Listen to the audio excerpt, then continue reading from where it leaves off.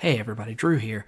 Just wanted to let you guys know, the episode that you are about to listen to features a lot of talk about our Patreon that we just started last week, and we launched at the end of last week's episode. And, well, this episode was recorded before we launched the Patreon, so you're going to hear about a lot of cool stuff that we have planned that, thanks to you guys, we are actually going to be able to do. We have already blown past 4 of our 6 Patreon goals. We're getting monthly streams. We're getting a new episode of the Drift Rider crew. We are getting so many more things thanks to you guys, and there are still so many more goals to get to. And man, thank you guys. We love all of our listeners, and we just can't wait to see what the next year and what the years to come have to offer. So, with that said, I'm going to jump into the episode from the very beginning. Enjoy.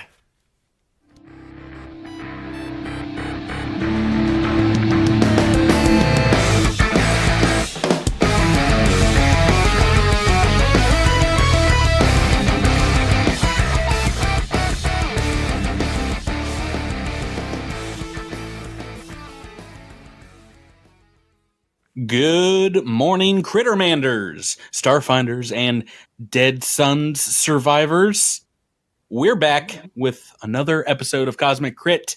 My name is Patrick. I'm your game master, your number one unofficial Starfinder podcaster, and I introduce faster than the human ear can differentiate and delineate. We are back with another episode of the show to raise our glasses high, to cherish memories of old friends, and send them off with one final emphatic Starfinder salute.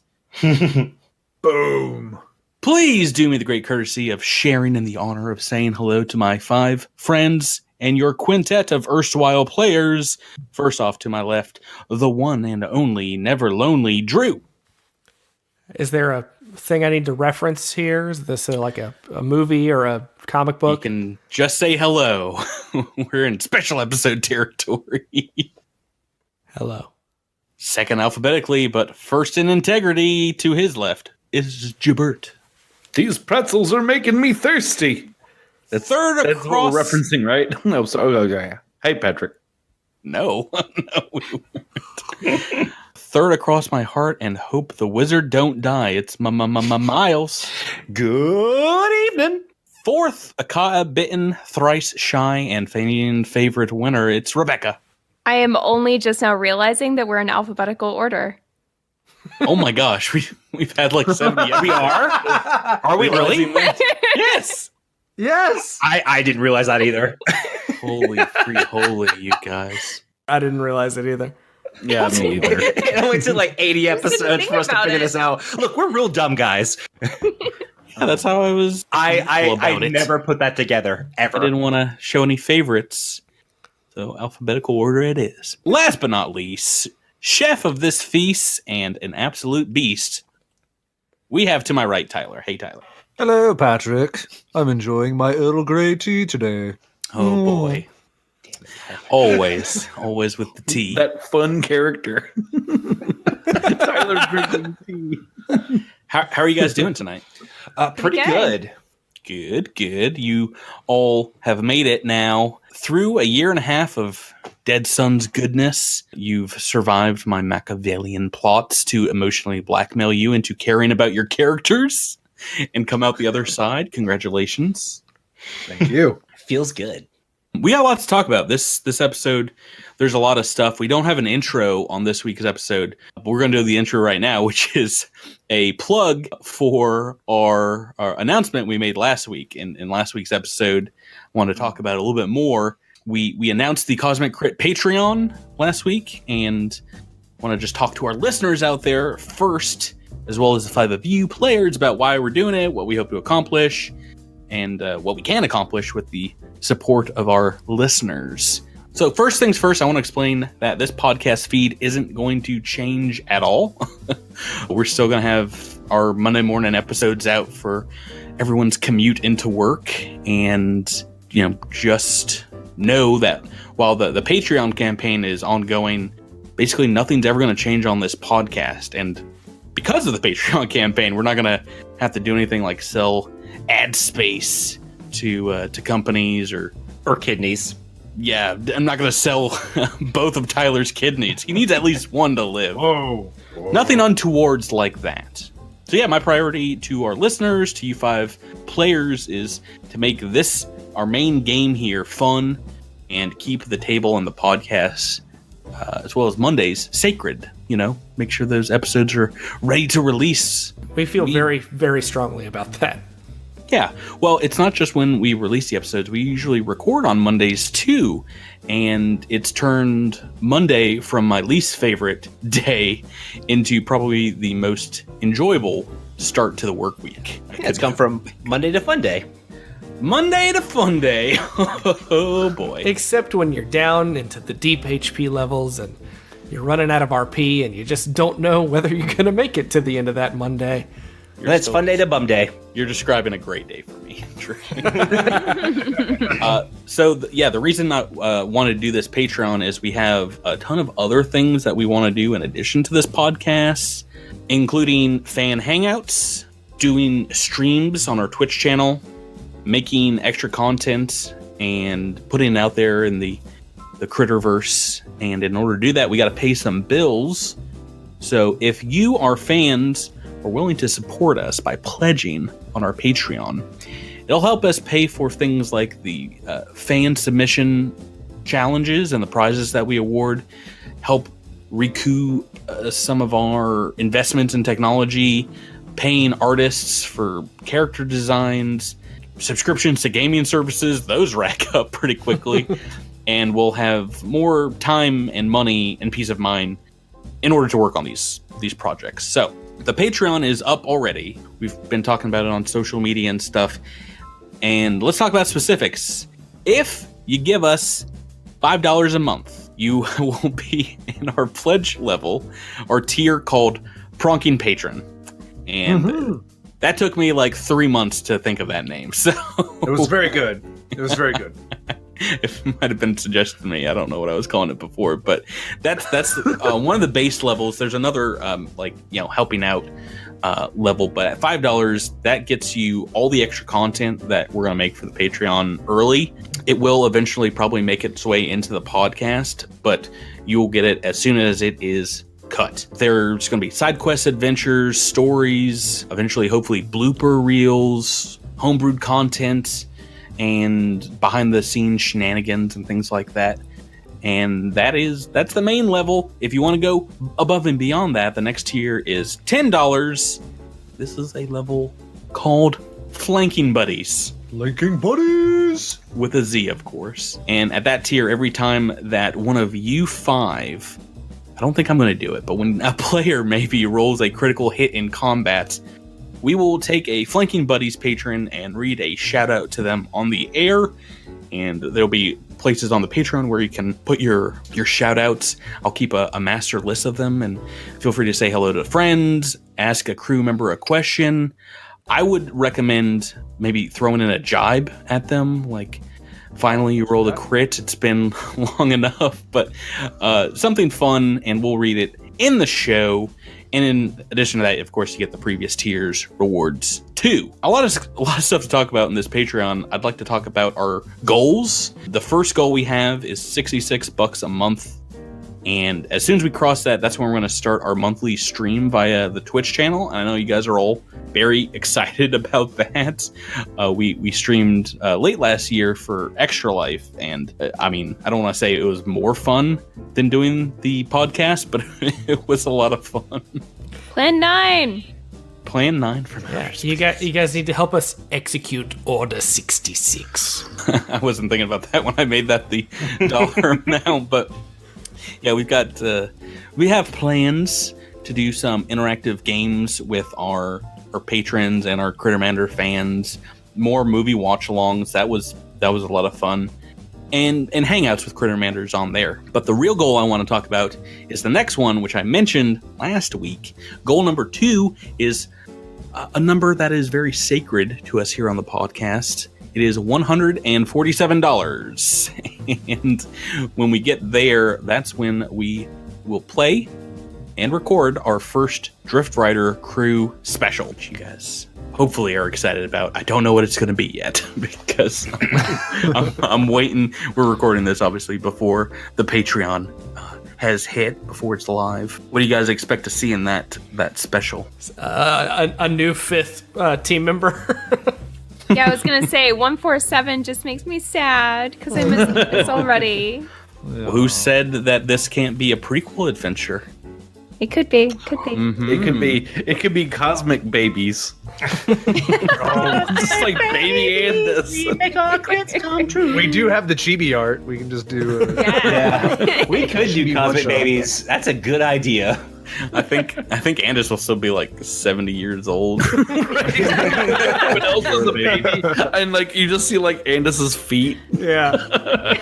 No, whatever we do, it's going to be your characters, the ones that all the fans out there have grown to love over this season, come back at level 13. We're going to level them up and continue the side quest, the meta adventure in a big way. I've got homebrewed stories already prepared to expand the comic crit mythology and get into your backgrounds, your futures, and I promise you there will be some intense battles in those episodes How as well. disappointing is it going to be when one of our characters dies in that first? Yeah. It's going to be that'll- amazing. Well, I mean, also, like, if one of our characters dies, they never to do that again. Part of the Patreon is I'm definitely going to reach out to them for, polling and see like what kind of adventure they want to see, what they're interested in, and all tiers of the Patreon will have access to those polls and previews. We'll put up some previews of what's to come. But yes, we're only getting to $147 with your guys' support. And lastly, I wanted to mention very quickly that our highest tier, for those of you who are dying to support this podcast in a big way, and maybe are just dying to play some Starfinder, we have the Dragon Master tier, the Black Elite card, if you will, of the Cosmic Crit Patreon. That's for $25. If you show up and support the show, then I will run you through whatever Starfinder Society or campaign that the group of Dragon Masters wants, and we'll have a vote on that. But we'll be doing play-by-post on our Discord server, potentially live games via Roll20 if scheduling permits. But this is a very limited tier. It is a maximum of 6 backers. You're going to have to be pledged for a couple months before we start. But I would love to take people, our fans, Crittermanders, through an entire campaign from start to finish, maybe even racing the cast and playing against the Aeon Throne at the same time.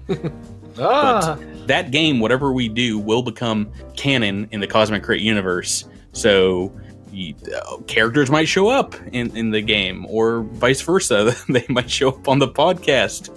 And those players, the Dragon Masters, can help explore the mysteries of the Cosmic Critterverse. So Patrick, I had a question. I don't know if you mentioned this. So you've gone up to about $147. Are there tiers past that?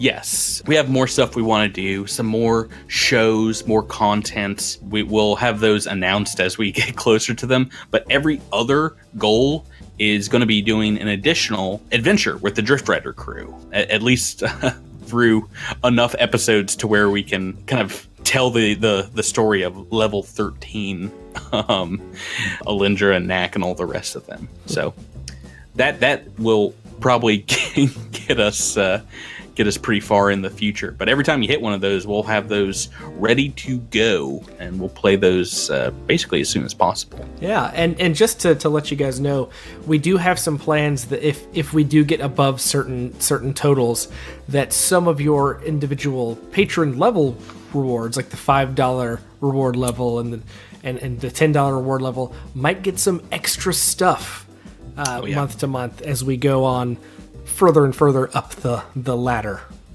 If you guys, like I said, want to support the show and you want to show up and throw money in our face, then, I mean, everything over what we need to keep the podcast going, I want to just give right back to our Crittermanders. I love giving out the prizes for the monthly fan challenges. Maybe those prizes go up. Maybe we just give back to everyone that's on the Patreon with some cool rewards. I think overall our goal, as always with the Patreon, will be to produce more content for people and also to make sure that fans feel closer to the podcast than than ever before. Increase interaction with you guys is always our number one priority, and also to make sure that there's always Cosmic Crit content to enjoy, both on your Monday commutes and possibly with some extra content other daily commutes. And hopefully, I know I'm very excited for the streaming aspect of things. Yeah, I was going to say, please don't stream Twitch while you're driving. That sounds really If you're a dedicated fan, you will stream Twitch. No, absolutely. The Twitch app will life and limb. The Twitch app will stream audio only.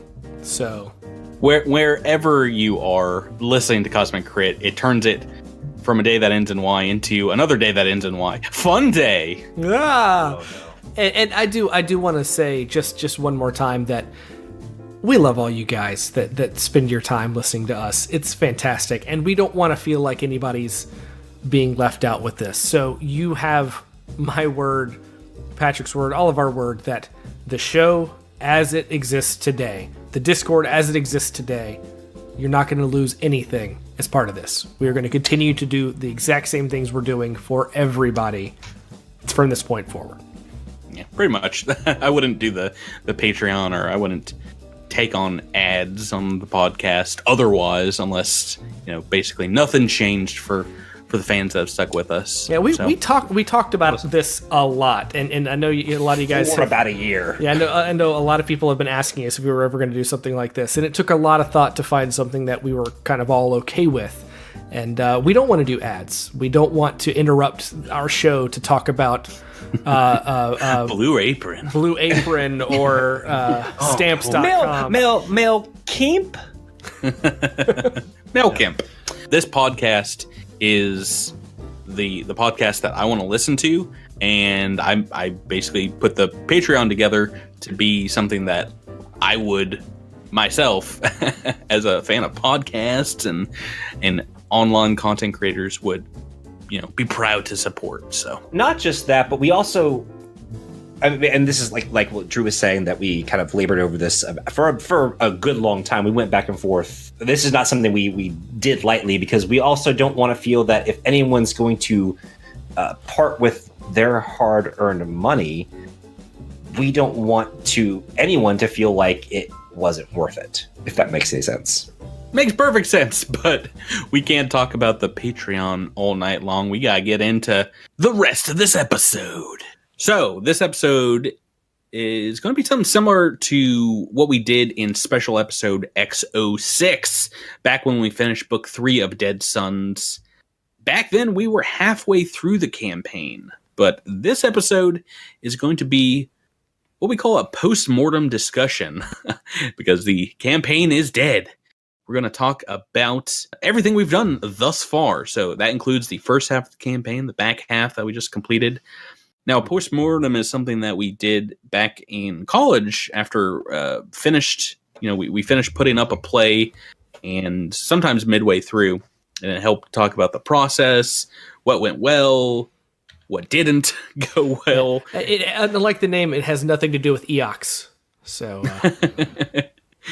don't you steal my jokes, Drew. But yeah, that it usually helped us be better prepared for future productions, and that's kind of what I want to do tonight, is reflect. How can I become a better GM? How can you guys maybe work better as a team of players? How can we collectively be a better podcast? And yeah, that's what we're going to talk about. So we'll talk about your characters and favorite moments, but first things first, an official announcement as well. This episode is the wrap-up of Season 1 of Cosmic Crit, and it's also the official end of the first season. When we come back next week is going to be the kickoff of Season 2. So this is it. Let's get ready to bury this episode. Jeez, Patrick, you're sure making this final. Open up this Eoxian cadaver of Season 1, Dead Sons. Crack it open. So first things first, in this first part of the show, I want to ask you all questions, and maybe have you ask some questions of me. So much of our relationship as GM and players is kind of cloaked in mystery. I wanted this. Is it? Well, yeah. I mean, as far as like what I'm allowed to tell you while we're playing. And yeah. So I want this experience of playing as players to be very fun for you all. So I had very strict spoilers policy on you all and what you can read, as well as in our Discord. But that's out the window now. We are in full spoiler territory. All spoilers, all the time. Ask any question of Dead Sons. Do you guys have any questions? Yeah, I do. Is there a part of that kind of speaks to you of any book that had something that you were really hoping to unleash upon us, that our group of characters, our little gang, took a hard right and just didn't get even close to doing that? Well, there's not so much railroads in this AP, because you can kind of do stuff out of order and you can break new grounds in some parts. There's a lot of things that were like, I have no idea how this is going to play out. I'm interested.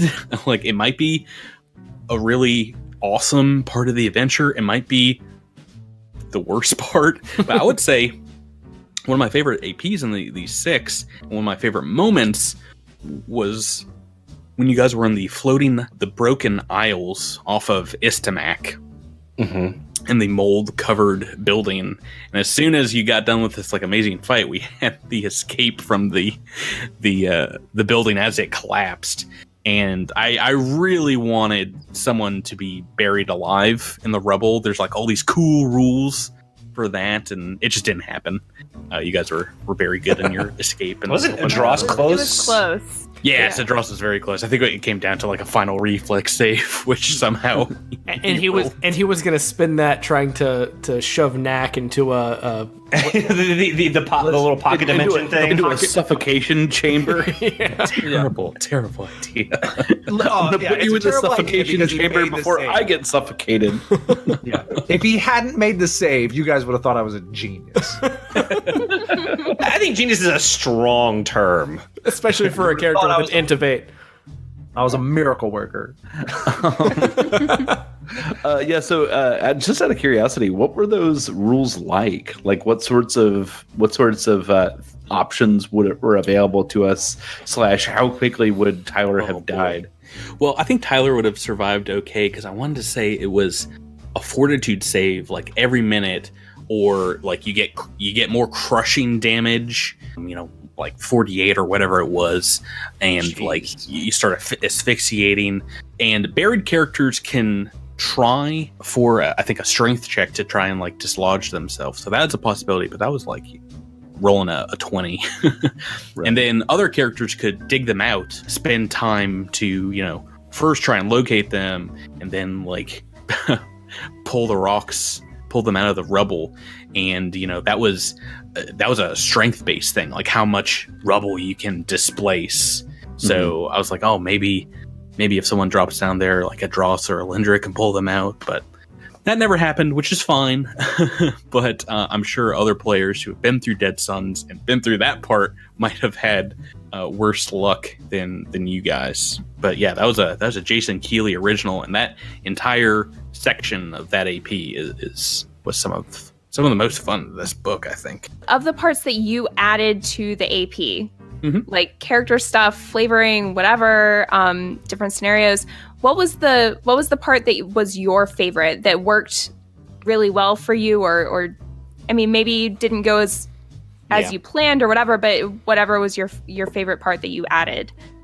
I mean, we'll talk about this a little bit more when we talk about your guys' characters, because I mean, almost all that stuff was like added or massaged into the AP as it existed.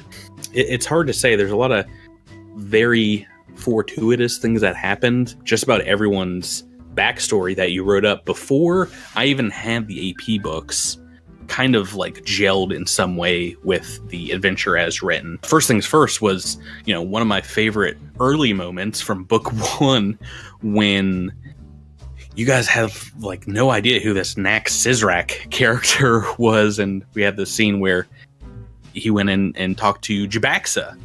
Yeah. And Drew didn't know this, and I don't think I knew it before I got that AP book, but I was like, oh yeah, no, Jabaxa would obviously know his real name and his family and stuff. So we got a little glimmer of what turned into like your entire backstory from there. And that happened. I tried to put like little clues, bits and pieces early on for everybody, and then some people's stories didn't wrap up until much later. And then some people's backstories just seem to gel so well with with the AP. We'll talk about that for sure. I guess I should, it doesn't have to be questions for me. If you guys have questions for one another too, go at it. Anything goes. Okay, I have a question for Andis. I mean, Jabert, you have a real name, don't you? Nope. My name is Andis. I had it changed last night, and I'm going to have to go have it changed again next week to new character name. So, thinking back to the big cliffhanger where, like, we weren't sure what was going to happen with Andis, and was he going to, like, die and renew in the middle there. What was your thought process? Because I think we all, while we were recording that episode, we were all like, I think there was a moment that we all realized that you had kind of changed your mind, I think. What was that moment for you? We should probably clarify, because for the listeners, they heard us end that episode on a cliffhanger that lasted for 2 weeks. Right, because we just went and played like Skitter Shot. Because then we went to Skitter Shot editing. But what our listeners may not know is that we recorded that whole thing and then realized, oh wait, we're going to play Skitter Shot for 2 weeks. It would be really fun to do a cliffhanger. I want to talk about Jabert's real feelings in the time. That was, I believe, just so we know who to throw stones at. I think that was Miles' idea, right?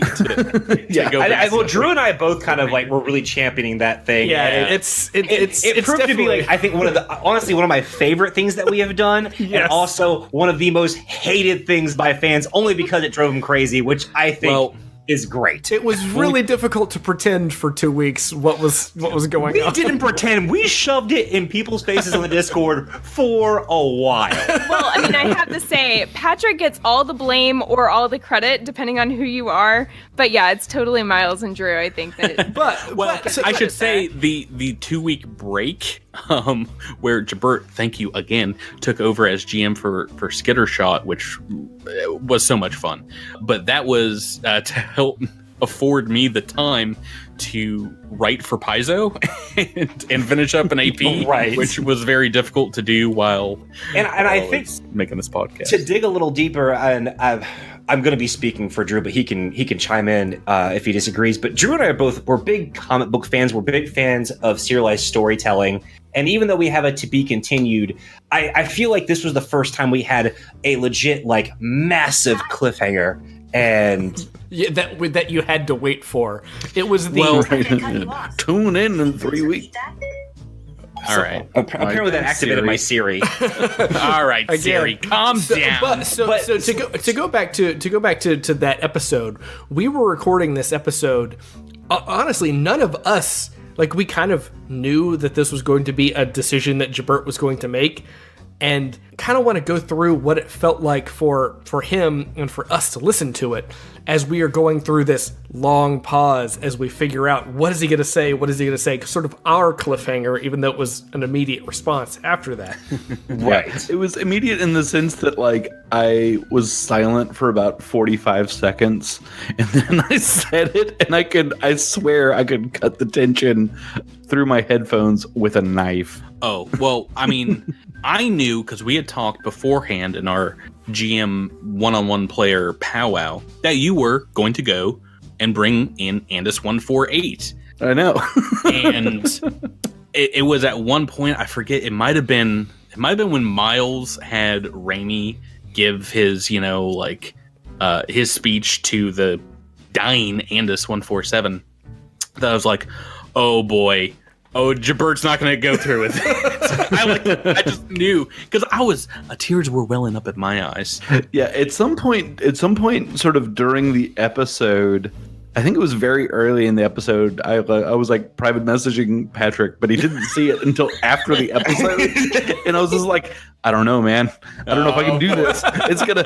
Oh, should I? Oh no! What am I? And then I wish I could remember who it was that was talking at the time, but somebody said something that just triggered something in my mind, and I was just like, I can't do it like this. I can't do Andis 147 like this. And we could feel you changing your mind in that moment. Right. It was honestly the realest moment of the show. This thing about like switching back and forth between like listening to the players try to figure out like what happened, and then like sort of exploring Andis's little memory palace, and then sort of going back and forth like that. I was sort of like, oh, Andis 147 has friends. Oh, they can't leave their friends like that.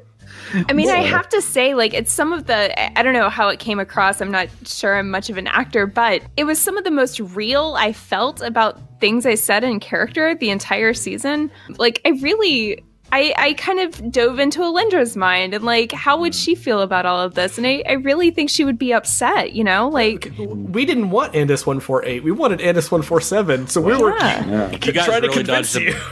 You dodged the bullet because Andis 148 sounds like this. I'm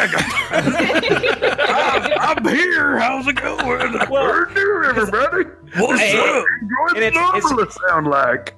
It's really funny because we had those 2 episodes in the can. I think at that point we were pretty far ahead before we made a decision. And while Drew and I have taken delight, if you are on the Discord, I really, on top of yes, we had a lot of fun razzing fans, because I mean, this is the first time we've been part of something where we could actually do something like that. Yeah. And one, like I said, as a fan of serialized storytelling and a fan of drama and just plain fun, I think the best decision we made was to split those up, because I think your suggestion was one of the best decisions we made. Well, no. I agree with it. No. There are so many suggestions I've had that has been shot down the table. So don't act like this is just all me. No, I agree with them though. This was you, Andrew. I remember, and it was a great suggestion. It was so evil to me. I was like, oh boy. But the payoff, and that's the thing. Like, if we had come back and we hadn't convinced Jabert to keep Andis 147 alive for that, right? I feel like there would have been a revolt. But yes, well, yeah. And we have been told as much on our Discord. All good things have to come to an end. I'm sorry, everybody. Which let's move on, because I mean, we can talk to one another all night long, but I want to hear from our Crittermanders and get some questions from them. We polled people on our Twitter, on our Discord, and I've got a slew of questions, so I want to make sure to try to get to all of them. Lots of questions, some general ones. This is from Tim, aka Otaku Chester, classic flavored Tim. What was your favorite event that happened in season 1? Oh, can I go first? Favorite thing that happened? The chase scene when we were on Castrovel. I loved that. You mean where Drew and I didn't know how chases, and we constantly ignored Patrick telling us what to do? That was the second best part of that entire thing. Drew just like continually being, I hide, and it's like, there's still a stampede. You gotta run, and then just realizing that I am messing this up in the moment. Oh, I was right there with you, buddy. Like, you guys were so proud. You were so proud. We were. We thought we were doing really well, and Patrick's like, "What are you doing?" I'm helping. You can't be blamed, because it's not like we took a 15-minute break and I supplied you with all the rules and you guys had a discussion about exactly. them. Exactly. Drew and I are blame-free. Thank you. If only we had done all that. Oh, wait a minute. That's exactly what we did. Made up for it with your Andis suggestion. It's fine. So many months later. Right. If you support us on Patreon, I swear to you, I will get you that 15 minutes of lost airtime where Miles legit asks a question of like how something works, and is like, oh, okay, and then just forgets it 5 minutes later. To be fair, that happens a lot. I mean, how many times on air, on record, have I asked about chances of opportunity? Attacks of opportunity. Attacks of opportunity. And anybody else favorite events, favorite things that happened season 1? I have kind of a weird take on this question. One of the most memorable things for me, and I may have talked about this before, but is when Tyler got mad at me for positioning with the mountain eel. And then we turned our real life discussion about positioning later into an in-character scene between Adros and Alindra. I thought it was a really interesting way that we went about doing that, but it was also just really memorable for me. I learned a lot. I love it going back and listening to that, because then a few months later in the adventure and you're rushing ahead no matter what, and Adros is like, yeah, go ahead, you got this. Well, I think for a while I was like, I hold my turn until Adros goes, but then he would just run off and I'd be like, oh, okay, that's what we're doing. All right. There were things in season 1. There were so many really great moments in the first season. I think we can all agree our first holiday special was a blast and seems to be a big splash with listeners as well. But we were giggling like maniacs making that. Not all of our laughter is even in what you hear on the episode. We were in tears. Yeah. It's hard when laughter goes into that hacking cackle. It's I gotta cut some of this out. Where it's I gotta say, this is a small moment, but I hate pouncing on my boy Tyler, but the moment where where he kept mispronouncing the Hardscrabble Collective as the Hardscrabble Connection. Oh man, all the way back in book 1. And I started singing that song, and then Drew almost died. And Tyler got so mad about it. That is always the best part of any role-playing game I've found, is when you almost kill somebody with how hard they're laughing. I've almost killed Cavity killed kids. him 4 or 5 times in a Pathfinder game. Oh my gosh, the Cavity always Kids. the best part Cavity of my life. Kids, I think, was almost RIP the party. Cavity Kids. Cavity Kids. 5/6 of the party was I'm trying to look up laughter. episodes as we bring them up. Cavity Kids is episode 51, Tooth or Dare. We are so dumb. We are have the dumbest names for. I was listening to that episode in a bar, and I almost got kicked out of the bar because I was laughing so hard. I almost choked on microphone. I could have died in my recording space for the freaking Cavity Kids. Oh man, we've had a lot of fun moments. So much fun. Yeah, I'm gonna talk a little bit about what Rebecca said, mainly because I would like there to be 2 events that didn't revolve around me getting mad at people. You guys are making me sound like a one really time that awesome Tyler got real mad at us What's for blowing even our great is nose. at the end of that thing, you're like, I'm the guy. So I will say before Tyler talks, those are the only 2 times I've ever seen Tyler mad at anybody ever. You're forgetting the double. You're forgetting the double force wall after we quit recording 3 times. Right. I have seen Tyler angry in Destiny, but generally he is a big teddy bear, and I love him. Well, people are going to come away with this I'm never going to roleplay with Tyler. He's just going to yell at me. No, Tyler. I have played as a character with Tyler probably longer than anyone else because I played Numenera with you. Yeah. And Tyler is an absolute blast to play with. And he will always take the time to help you figure something out about your character or about Roll20 or about how to maximize some stat. Yeah. We love Tyler. You're touching my heart. Patrick's going to cut all of this. But what I was going to say is that I really like what Rebecca talked about because when the adventure first started, when the beginning of any, I think, AP or adventure, you might have some idea how your characters are going to interact, but in the scenes, in the encounters, and the RP moments, you're just maybe not sure.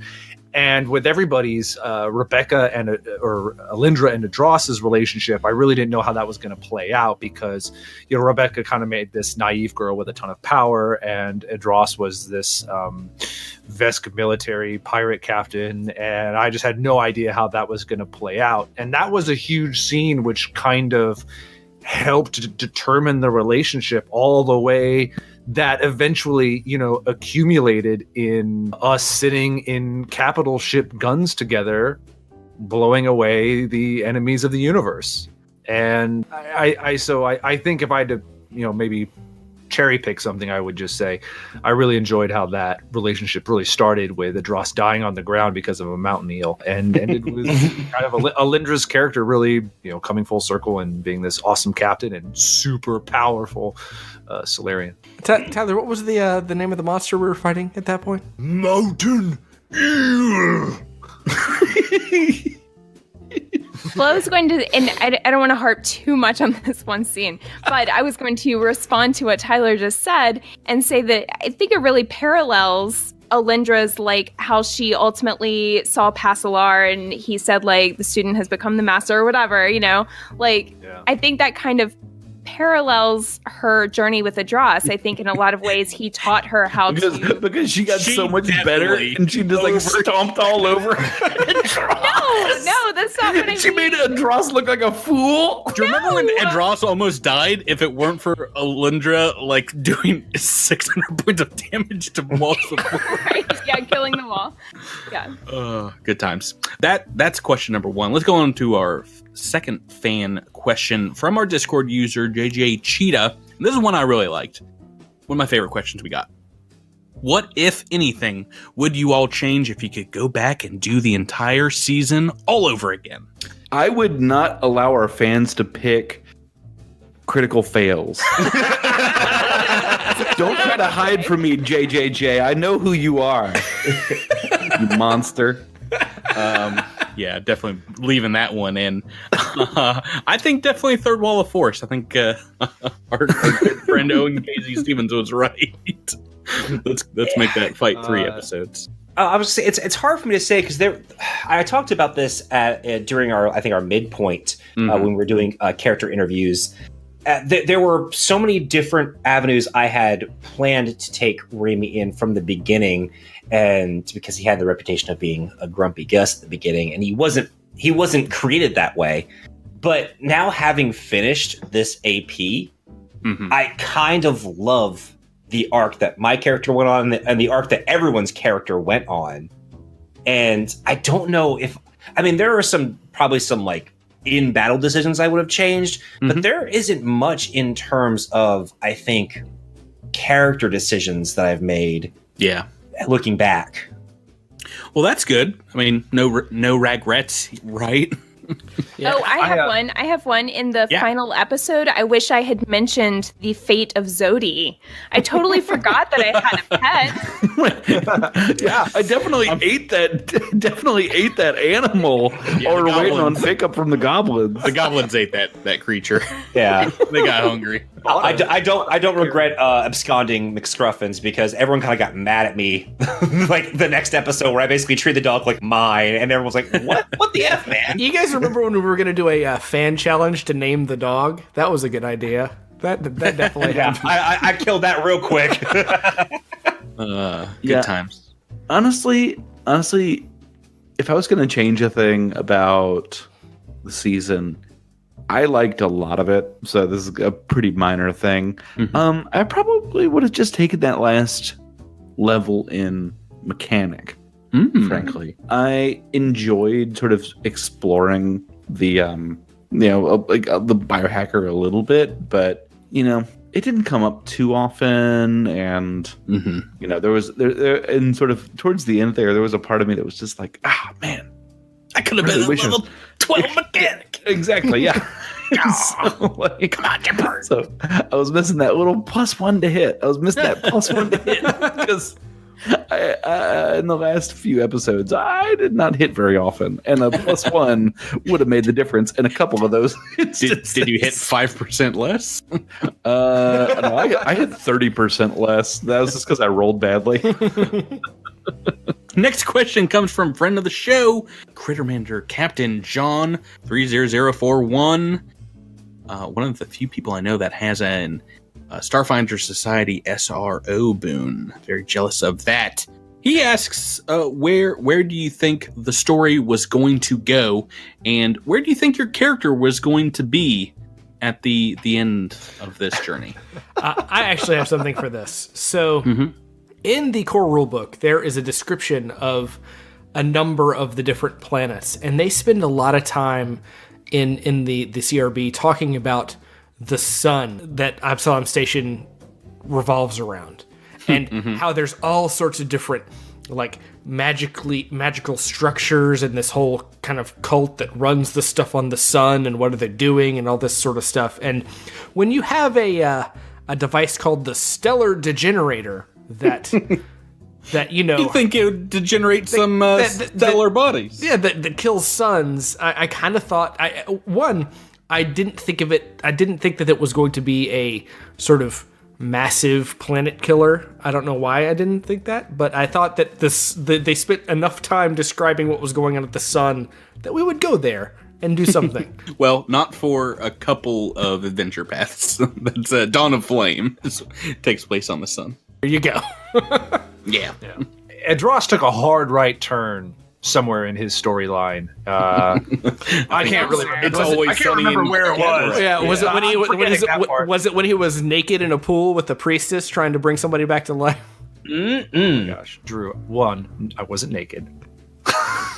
2, I think we need to go back to the videotape on that there. I think actually Patrick specifies he was in his underpants. Oh, okay. yeah, He was a little fang foom. Yes, it was like I imagine Edros just wearing a loincloth of some sort under his armor. That aside, I made a character who came from Vesk military and was at one point a pirate captain, and I really did not think that religion was ever going to play into his character concept. Honestly, I thought a lot of what I thought he was going to have a lot more loyalty issues. I thought there was going to be a lot more storyline and plot around, him having to rebond to a crew after being betrayed by an old crew, and having, I thought there might be parts where there was actually internal conflict with him and this new group that he became affiliated with. But, when your GM writes such a amazing scene like Patrick wrote for the Sarenrae Temple and Mother Shadowbane, as a player, it's the kind of thing that you salivate over. And all I wanted to do after that was explore this redemption and discovery arc that Edros kind of was choosing to go down. And so, I can't think of a single idea I had for Edros for his, line that came to fruition, because everything changed at the end of book 3. We'll talk about that more because, yes, I agree. Everything changed from where I think we started with Edros. Any other, you guys remember predictions of where you thought the AP might go, what we might do? I thought, I guess because of my character's involvement with the corporate angle and him kind of being an outlaw for a little bit, even though I didn't take the outlaw theme, I thought that would kind of come back to bite Raimi. But the stuff that did come back to bite Raimi, I really, really enjoyed, because I thought that Drew and I might have an opportunity to do, because I mean, Knack and Raimi had some interaction, but it was most of his stuff was with Jabert and Tyler and a little bit of Rebecca. But I was very, very surprised. And again, just to echo what Tyler says, when you have a GM who can write these amazing scenes that takes elements that speaks to your character, like you did in book 4 for Raimi, by taking, I know that you and I had talked about at least having a flashback scene with Raimi's partner, Lyanna, but bring her and her being the thing in the sarcophagus that we saw in book 1. Well, that wasn't in book 1, but that was a similar sarcophagus that we saw at the beginning of book 4. Okay, yeah, I misunderstood. Yes. On the subject of the sarcophagus in book 1, what was in the sarcophagus in book 1? Yeah, so number 1, what was in the sarcophagus? And number 2, why was Gavilar Sknor not the main bad guy of this whole thing? How was that possible? Because being undead doesn't mean you're bad. But he was so evil, right? Yes, he was, I'm pretty sure, lawful evil. But he's the evil guy that you want in your corner. He is actually cares about Eox being a part of the Pact Worlds, as opposed to the Corpse Fleet. They want to, break away, kill everybody. He's not so much into that. I'm just saying he was a real Chekhov's Librian. I believe we found he gave you guys a message at the end of book 3, thanking you for your work on Eox and introduced you to, he had smuggled in an ex-Corpse Fleet member, who I believe I said was his cousin. Wow. In this case. I think Hardscrabble was working for him, and that's why at the end, in the epilogue, I put a lot of Gevalar Snore in the epilogue. He was instrumental in bringing down the Corpse Fleet's machinations on Verces with Raimi's family. If you go back and listen to that, he was, helped to bring down astral extractions. So he's doing a lot of behind the scenes, high upper echelons. And oh boy, if you guys supply our Patreon with some funds, no matter what, I'm bringing back the Norster. Gevalar Snor's coming back. He's one of my favorites. And that's going to be his official nickname of the Drift Rider crew. Hey, Norster!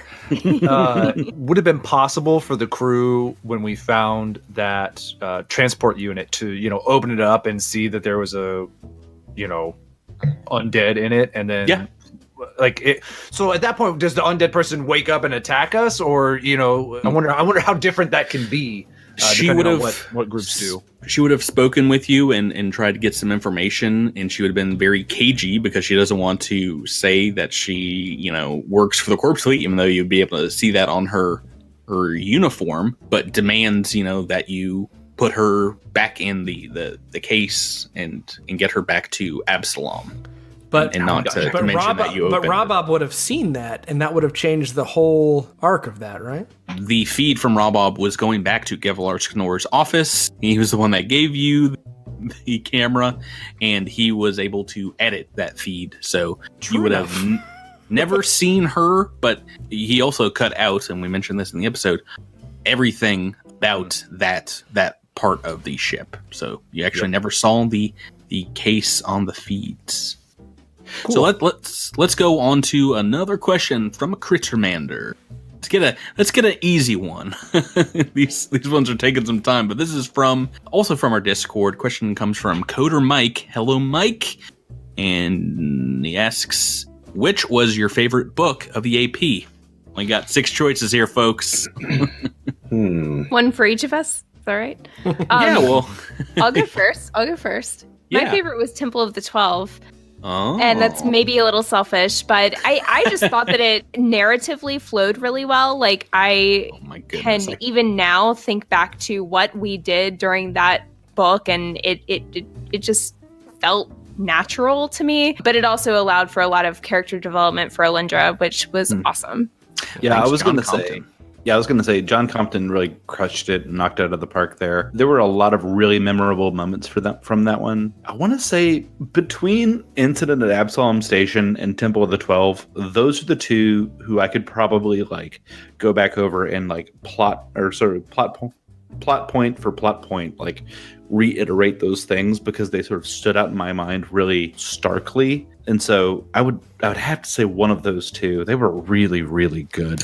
I will throw my hat into the ring of Incident at Absalom Station. Part of that is just because I really enjoy sci-fi corporate drama stuff. Mm-hmm. Yeah, it felt real cyberpunk, didn't it? Yeah, and I dig that vibe of things. And yes, it's also a little selfish because that is kind of what I based Knack around. So Knack was the smooth talker who could work his way into situations and get information out of people and stuff like that. And that's really hard to do in the jungles of Castrovel. I told you, I was like, all right, there's going to be a lot of Knack in book 1, not so much in some of these other books. Yeah. I'm so sorry, Drew. But that it's fine. It worked out for the best. It's just, but if that was book 1 or if that was book 5, it wouldn't matter. I really love the corporate espionage angle and the getting into the gang warfare and we had a huge fight in a nightclub. That is amazing. So much fun. It was some great intrigue, and that was a lot of fun. I kind of have to, echo what a lot of people are doing. I'm going to choose book 4 because Raimi had the most to do in that one. But I also did love Incident at Absalom Station. I really loved book 6 a lot, being in the giant, dreadnought of the Empire of Bones, and it being kind of a gauntlet where we rested once, twice, 3 times a lady. I think just the once, right? I think we rested once more after beating the general guy. We may have gotten a rest after, before we actually got onto the station. Oh, yeah. You only had once one on the station. Evening rest. Yes, that's correct. And that's when you leveled up from 11 to 12. Right. Yeah, that the whole last book just felt so epic. Epic. Yes, I was going to say oppressive, but that's sounded too negative. It's definitely. It also has a very different meaning. Yeah, I was really actually impressed with how crazy the ending was. Pretty sure that Servox fight was going to be hard. I didn't know how hard, but it felt like the hardest fight in the entire AP, as it should have, because it was. Yeah. By the rules, it was.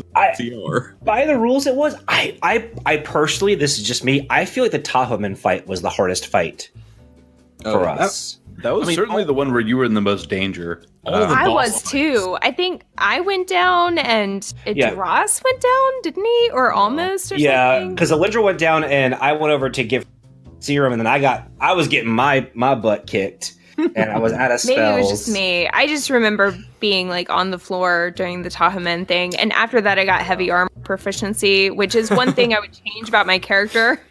Is get that earlier. It was Tahomen wasn't the fight where we had the balcony that had the no. That was Temple of the 12. That was the one where they exploded the ceiling and they dropped all those rocks down on us. Yeah. You remember that? Yes. Yeah. Yeah. It was a neat fight. It was a neat fight. But that was the Solarian, right? No. With the Tahomen. balconies?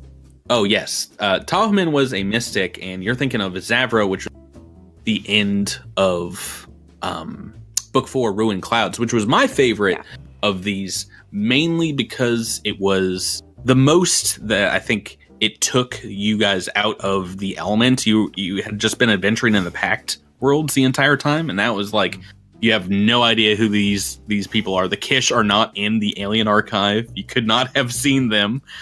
And you didn't really know what was going on with this place. And that fight in particular, that Zavra fight, Alindra and Idras were both almost gone in that fight. And that became the rest of us a problem. Well, that became an Andis Raimi Knack fight as we tried to keep the other two alive and do all this damage.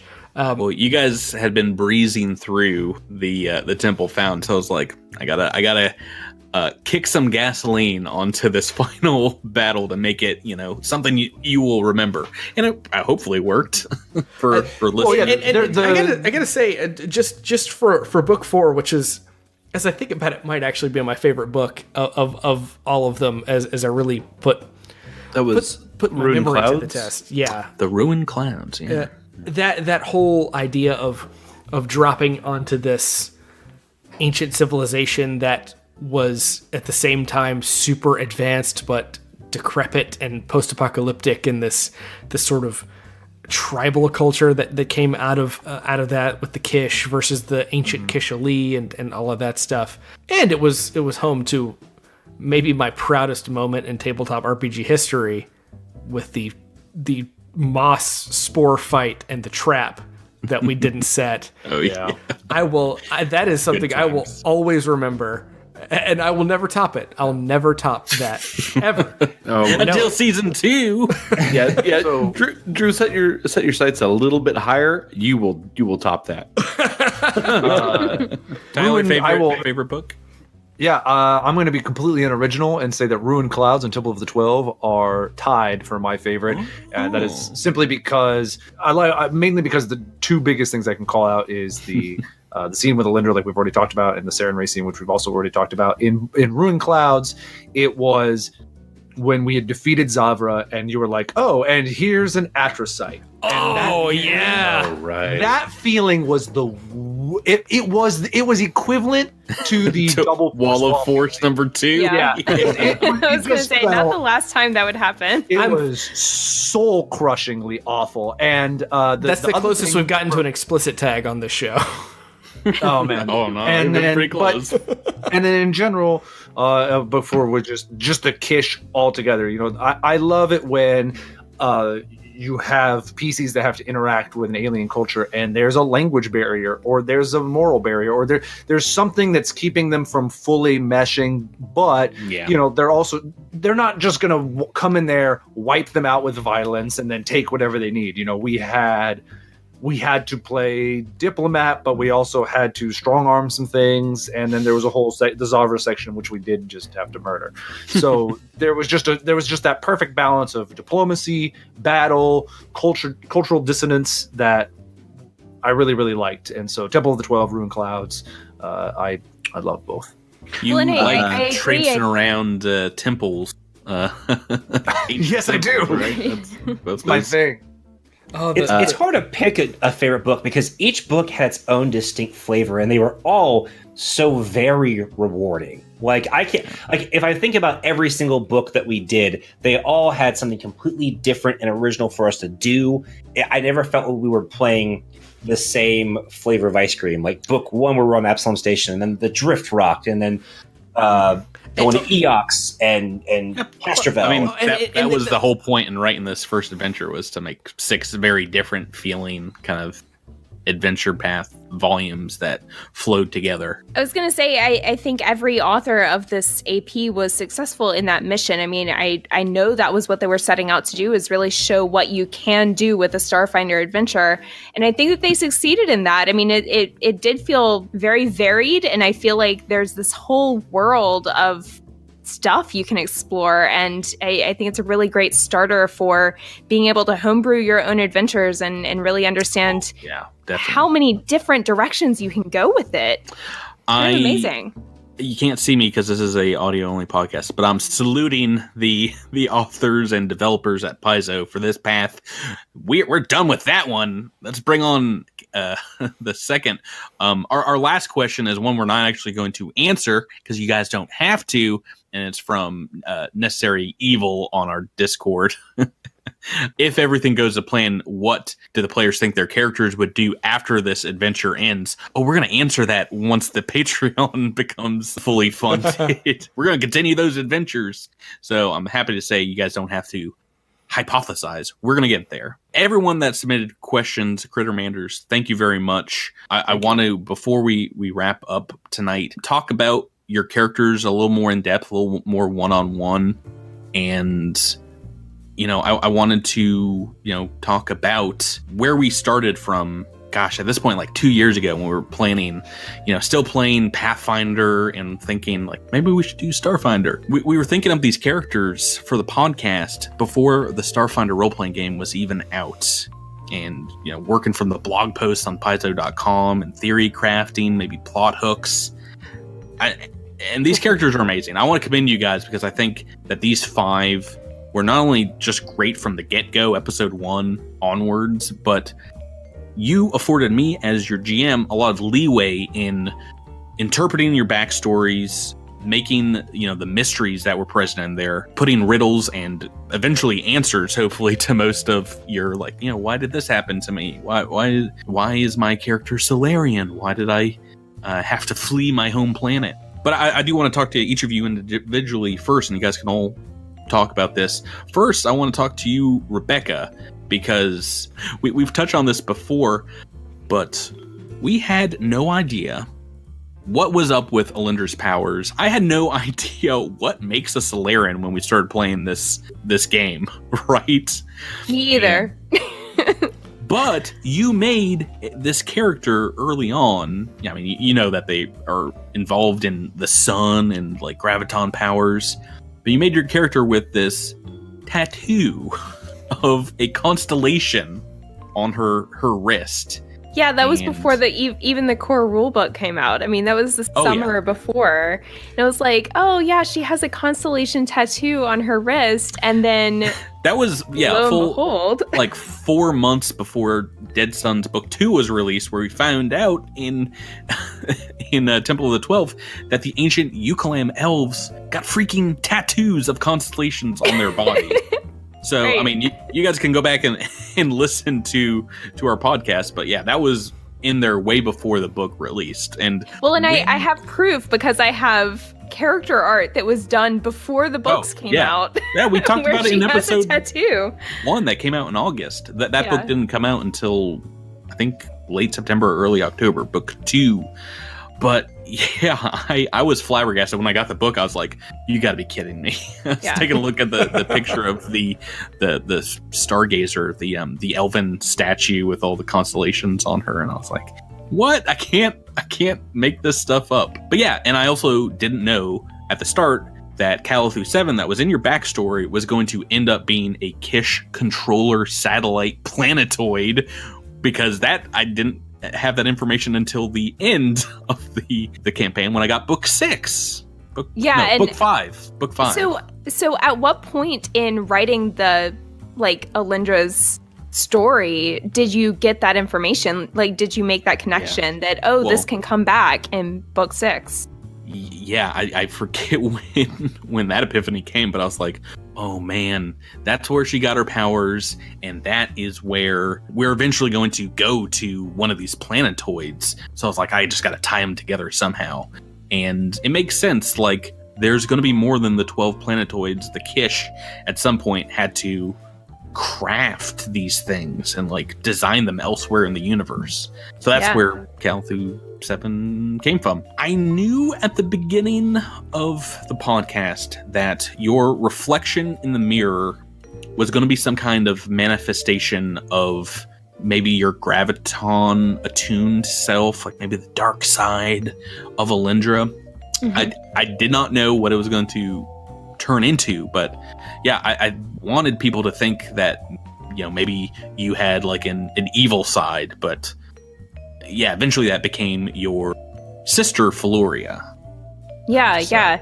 Well, and I think one of my biggest regrets was that after the Feluria reveal or whatever, I was like, oh, I'm going to use my graviton powers more and like really make that part of my character from this point forward. But at that point forward, we were fighting undead.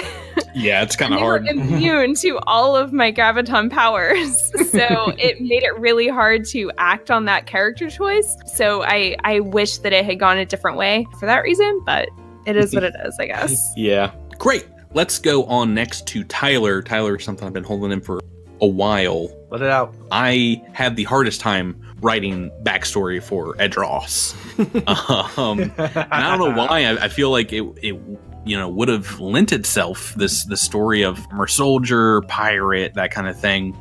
But yeah, the idea of this pirate that had a weakness for helping others, I didn't know where to go. And my first idea, which was scrapped completely, non-canon, was that your parents were like famous pirates, and that was going to be revealed to you like halfway through the campaign that you were like a pirate prince. Gotcha. And when you guys met the rest of Rivet, I was going to have her crew kind of take you to like a pirate side quest episode. But yeah, that never happened because in book 2, it kind of changed when we saw a relationship and a kinship develop with Rockawi on Castrovel. Then her death, we know where that went. Did you sense that, Tyler, at all? Like what I was doing? No. When I'm thinking of like the fireside chats, I guess we could call them, that Rockawi and Dross had, and I really thought that you were trying to pry me on 2 events that had currently happened in the past, which was Edros nearly killing Rockawi and getting the crew kind of fighting over that, and then there was also the moment where he wanted to take out Clara 247 on the Drift Rock, and so I thought you were really trying to poke at that character trait, this idea that Edros is just murdering people who are unrepentant, ready to do what the others wouldn't. Yeah, and so you came up with this Rakawi backstory, which was sympathetic, and the idea was like, well, how does Adros feel that you almost killed someone who really wasn't this full-on evil person, but rather just someone who was caught on by these circumstances? And I thought that was really, really interesting, but I didn't realize the full amount of seeds that you had laid, I suppose. There are a lot of other podcasts, I think, that are doing Dead Sons, and a lot of other, home tables that are playing the game. I really am interested to find out how many just bring the axe down on Rakawi's head, like, oh, she's not going to make it, and see how many try and redeem her, try to bring her back. At the end of the episode where she actually dies, right? I remember you saying off air, Tyler, Edros would do whatever it takes to bring her back, and boom, my mind went immediately to maybe making a deal, with clergy to pay for resurrection services, which is very expensive in the Starfinder universe. And I was 50-50 between Sarenrae and Pharasma at the end of book 2. Pretty happy I went with Sarenrae as oh man. We that obviously had a big difference on your character. Can you imagine if you were like a knight of Pharasma, how different Edros would be here at the end? But I ended up I did all this background research for that episode on the goddess, and that was what afforded me the opportunity to do some writing for Paizo in the Starfinder's background on the Church of Sarenrae, which, when you're listening to this, it might be out. It's going to be in Dawn of Flame, Book 1, Firestarters. A little back chapter about the church on the sun, and the worship of the goddess. She has turned into one of my all-time favorite fantasy gods. I'm about to play a Pathfinder of Sarenrae in Jabert's Pathfinder game, which I'm very excited about. But I've fallen in love. Sarenrae is amazing. She's one of the oldest goddesses. I think one of the things that makes her so interesting is that she doesn't shun a lot of the other evil gods in the pantheon, because she is about redemption. And so, she actually spends time with some of these other evil gods, trying to, convince them or work with them to, be less evil. And so it adds a really cool layer to her, that she is this obviously extremely powerful, extremely influential goddess, but she always has room for trying to, really make people better. And getting to take that and put it into Adros' story was really fun. I knew, after that episode, it's like Edros' story is going to write itself. Like, I don't need to add too much more to it. Like, your journey became your backstory and your future story, what we can see what happens to Edros after level 13. At the end of book 6, one of the bosses is an undead Vesk, so that definitely is going to be incorporated into the Vesk Sarenites backstory. Yeah. Are you talking about the Gatecrashers or Nashal? Nashal? Well, both, really, but the Gatecrasher was reanimated Varanus, basically, part of this crazy genetic undead program that we wrote into Braskin's backstory. We didn't, unfortunately, one of the things I actually thought about when we were fighting the Gatecrasher is, does Adros think that he could save this being? But when it became apparent throughout the fight, and there was really no reason to role play that this thing. After the first crit on you, you're like, oh no, you're dead, Grandpa. You're going down, son. You doing magic, bro? you are out of here. Next, I want to talk to both Drew and Miles, and I kind of want to talk to you at the same time about Knack and Raimi, because in a lot of ways your backstories are a little similar. Trouble with your family in the past, being on the run for different reasons, and in the end we saw both your characters' kind of backstories have a bit of a resolution in book 3 on Eox. And that was just something, like, storytelling wise, I knew I had to do it because you leave the back worlds right after that, and Right. it felt a little truncated because it was. we couldn't come back and add too much stuff in. Yeah, Miles, I really enjoyed your arc with Raimi, starting with everyone learning that he's a rich boy, and why you're on the run. When those mercenaries showed up, hired by your erstwhile lady friend, I thought that was some pretty tense backstories coming to haunt people.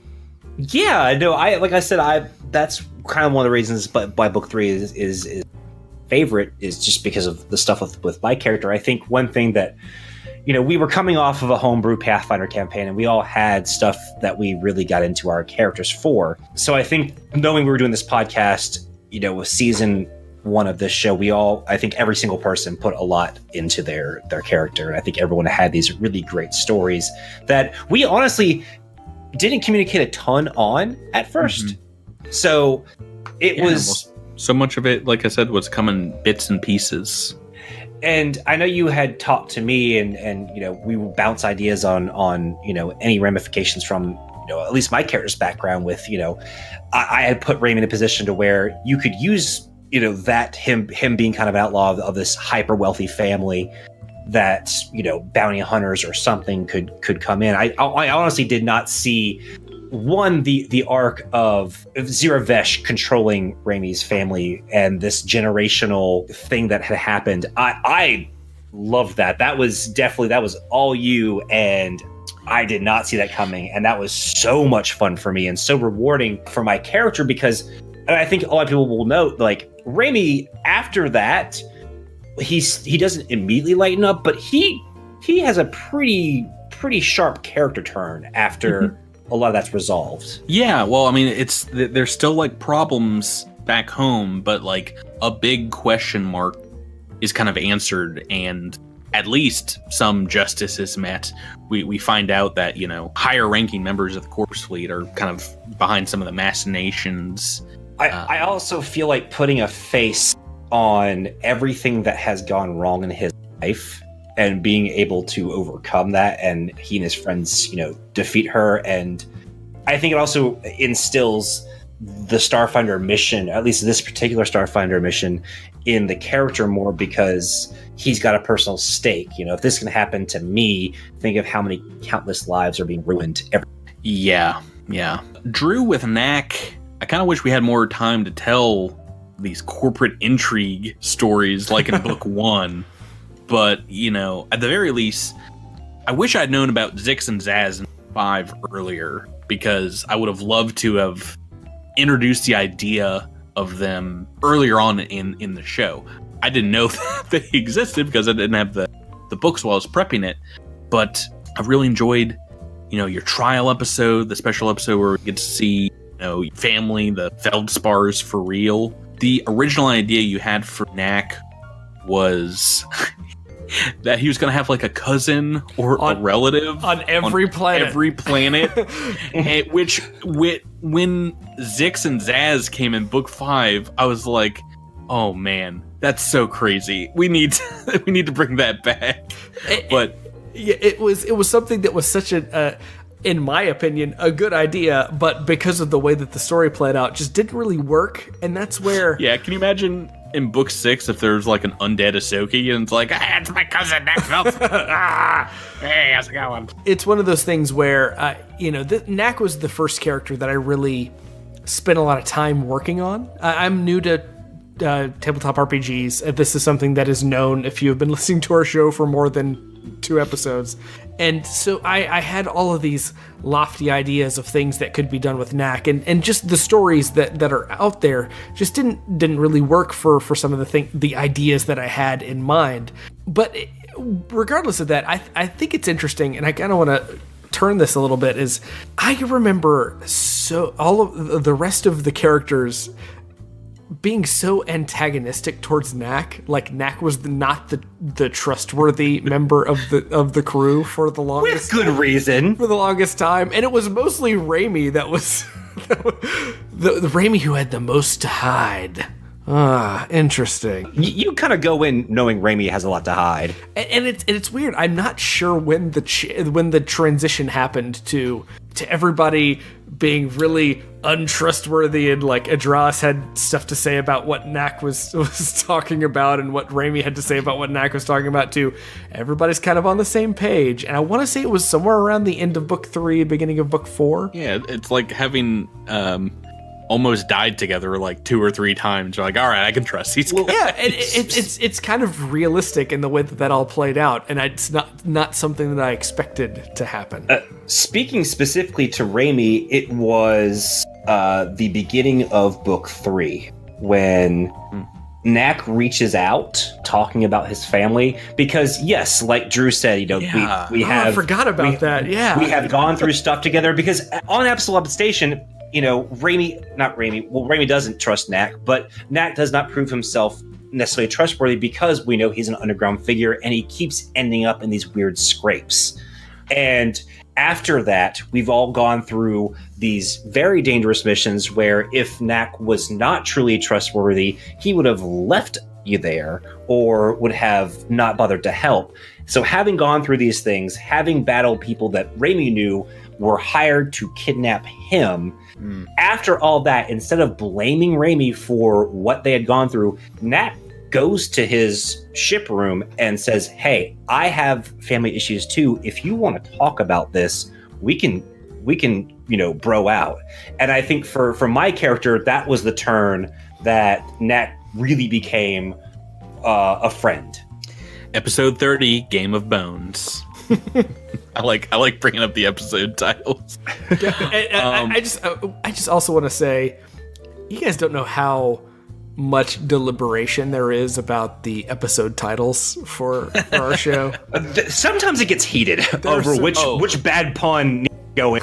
I think I've called everyone on the podcast dumb and unfunny. And we have fought you tooth and nail for some, and there are some that I will still defend till the day I die, that someone had come up with that I thought was absolutely golden.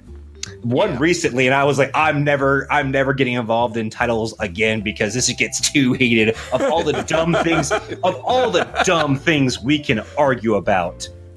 And we'll argue for 2 weeks on a title, and then someone will just come up with something at the last minute. What It's about the most brilliant thing that we've ever heard? Let's get back on track. Jabert, let's talk to you about Andis, and your original idea for Andis was the Dylan Thomas poem, Do Not Go Gentle Into That Good Night.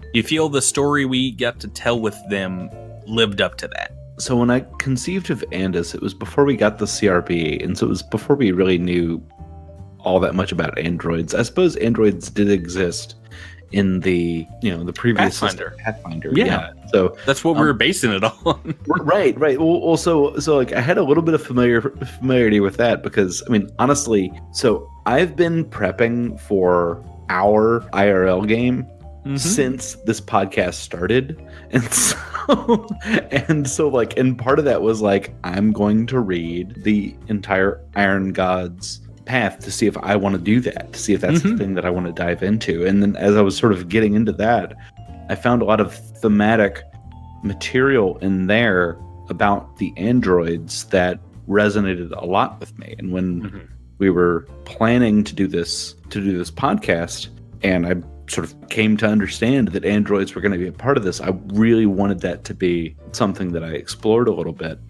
And one of the things that resonated so much with me about the androids generally was the degree of misunderstanding that there is between androids and, more organic entities.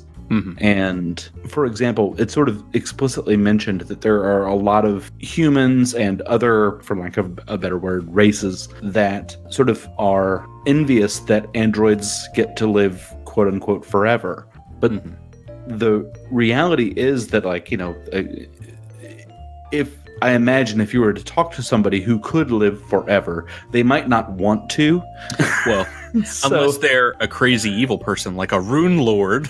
Then they're like, oh, this is great. I love being evil. I love being evil and living forever. No, And I mean, it's a philosophical question of like, that's what everyone wants, right? To live forever.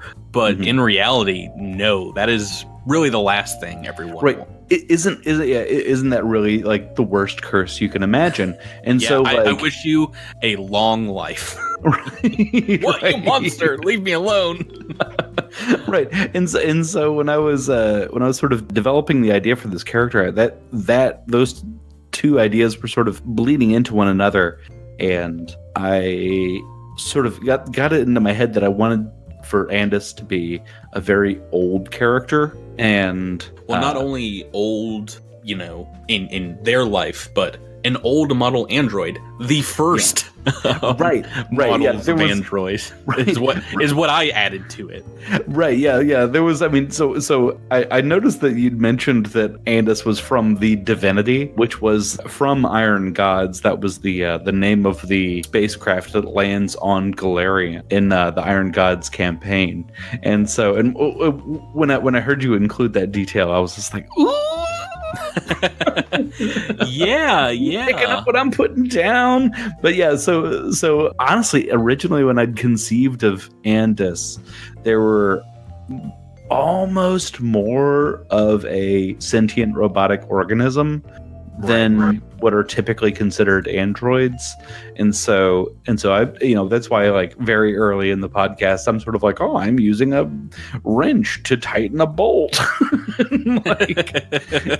So because that was sort of how I pictured this character in my mind. But and that provided an interesting arc of you, like, literally being wound up so tight you need a wrench to get you to become loose, and then like dancing on the bar with Raimi, and you get that way when you go and you visit people of an older generation, and they see kids, and all of a sudden they become a kid themselves. I feel like that happened a little bit with Andis. Right. Yeah, there was definitely sort of a motivation for Andis, was since they felt like they'd been robbed of a lot of their youth. They had a deep desire to go out and experience the world and have an adventure, and I think Andis got all of that they needed.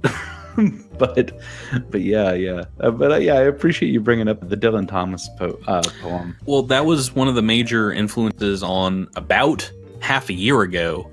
I made the decision that I wanted to end season 1 with Andis's renewal. If they, after episode 46 and 47, when they came back, I was like, okay, we'll go into the future to when they decide themselves so that it's time to move on.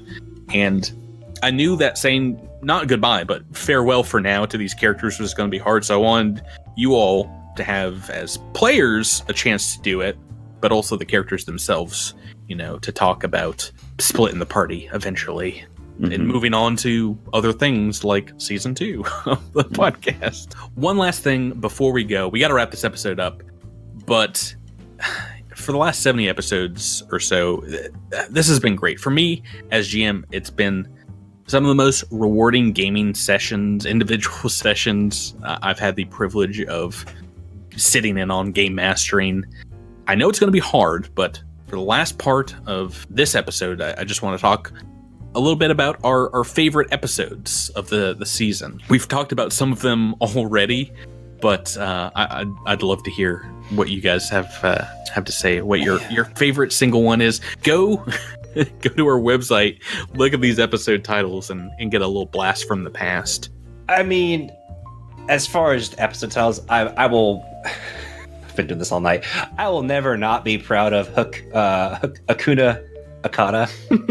Well, Hakuna Akata. Not only is that a great episode title, that's a fun episode. It's like starts with this cheery song you guys made up, and then it's like, oh, these Akata are cosmic critting you for the first time. So that's the thing about the Akatas in general, and that episode came after we had met the Akatas for the first time. The Akata fights, and really what was the name of that ship? I don't even remember what the name of the ship we were on was. The Acreon. The Acreon, yes, thank you. That was the first time that I feel like I felt personally real danger in the show. I feel like a lot of people playing this AP felt the same way. Yeah, like every time we'd had a major fight or any fight, it seemed like it was, touch and go, but we were gonna be okay. There was one fight that we got really lucky, and I don't think we realized how lucky we got at the time with the fight at the end of the bar. But that was the first fight that, we did not do well in this fight. Yeah. And it was the first fight of this entire ship, and there's not a team of Absalom Station security to heal us after this fight. Yeah, the dungeon crawl, there's no turning back. The ship leaves after that, and it goes downhill from there. I know that I think my favorite episode, both my lowest low and my highest high of the season, were in book 3, an asteroid K92-04, in the episode Screeshire Hills K9204. That was gonna be mine. That's such a good title. Oh my goodness, I loved. I know Jabert hated it, but and is getting dominated by this monster. But my first major attack roll was a critical miss on Alindra. And then the very next one, I tried the same thing, and it was a reposition into the acid pool. The very next roll was a critical hit. So I rolled a 1 and then a 20. And I think I could have stopped the podcast at episode 31 and retired from GMing right there. I'm still riding that high like a year later. So it was such a roller coaster for me. Like that whole fight was just like up and down. Oh, it was so scary. But also really exciting. Yeah, it was really fun. Yeah. Any other favorite episodes? I'll name 2. One, I don't know which one it happened in, but it was one of the early episodes. I think it might have been episode 2, where Drew sense motive the snacks. So I want to defend there were myself. A lot of shenanigans. I want to defend myself a little bit with that. I've thought about this for like 18 months. Because we've reminded you every single week. So I was trying to detect traps, not really understanding. I'm not really understanding how detect traps works. And that detect traps is not really a thing in Starfinder. Yeah. And detect poison on the figs. Yeah. Yeah. But I'm okay with it. I loved it. It was I think probably one of the hardest I've laughed, but I think my favorite episode was if I think back on it, it's probably Valis in Wonderland, which was episode 44, which is mainly just because I loved the Dreaming Pool experience with Alindra. I already really liked the Ruined Cloud setting, and I remember when it was also a hard moment as a player because Patrick just threw down this gauntlet of player backstory, history, complications, and then he's like, you wake up, you're in the pool, off you go to a boss fight.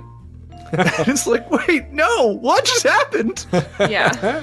Mm-hmm. And she decided to internalize it and to I be like, know. let's just go. Let's do this. Yeah, actually, I wrote down before this episode, I was like, one of the things that I wish I had a better opportunity to do was to share these experiences that Alindra was really internalizing with another character, but it didn't feel natural at the time. But yeah, I wish that I had like shared that with someone in retrospect, but it just didn't really come up. But yeah, it also just took me by surprise because I had no idea that was coming. So, any other favorite eps before we wrap up season? If it's not too self-centered, I would just like to say I loved Tales from the Crypt. Our first Halloween episode. I know that's not exactly a season 1 thing, but I was very ton of fun with that. Was that our first special episode? I think it was. Yeah. X01, our Halloween special, yes, was a day before or a couple days before X02, the crit stop. Right, yeah, the crit stop was the one after that. But yeah, the Halloween special it came out on my birthday. Mm-hmm. And, it was a real treat to get to GM for you guys, and you guys are great. And it was one of the few times where I consider myself extremely lucky I was muted when you were describing the end boss, and you were like, and across his hat or whatever, it was Puff.